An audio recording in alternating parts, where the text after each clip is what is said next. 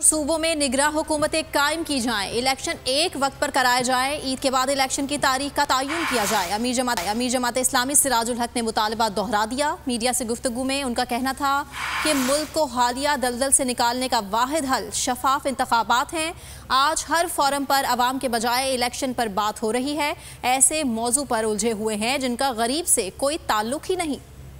इस वक्त पाकिस्तान सियासी बहरान, मुआशी बहरान से दो चार है और सियासी बहरान की वजह आईनी बहरान भी पैदा हुआ है और इन बहरानों का सबसे ज़्यादा मनफी असर वो हमारे गरीब आवाम पर पड़ता है। गरीब आदमी मर रहा है, मुल्क जल रहा है, लेकिन हम ऐसे मौज़ूआत में उलझे हुए हैं जिनका गरीब के साथ कोई ताल्लुक नहीं है। पाकिस्तान को इस दलदल से निकालने का एक ही रास्ता है कि एक फेयर इलेक्शन हो। इलेक्शन के बगैर कोई रास्ता नहीं है। हवाए नफ्स की है हुक्मरानी, लुटेरा कर रहा है पासबानी।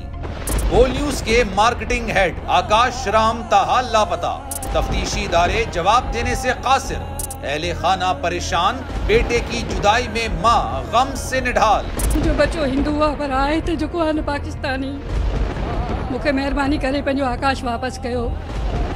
हुकूमत से बेकसूर और मुहिब्बे वतन बेटे की बाजियाबी के लिए फरियाद। आकाश राम के अगवा के खिलाफ अहले खाना की जानिब से सुप्रीम कोर्ट में दरख्वास्त दायर। सुप्रीम कोर्ट के चीफ जस्टिस उमर अता बंदियाल से आकाश राम के अहले खाना की जल्द समाअत की इस्तदा। मुश्किल की इस घड़ी में आलमी मीडिया ने भी उठाई आवाज।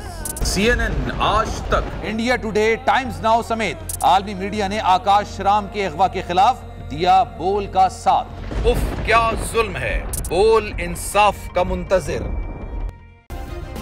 सब्सक्राइब करें और बेल दबाएं ताकि कोई खबर रह न जाए।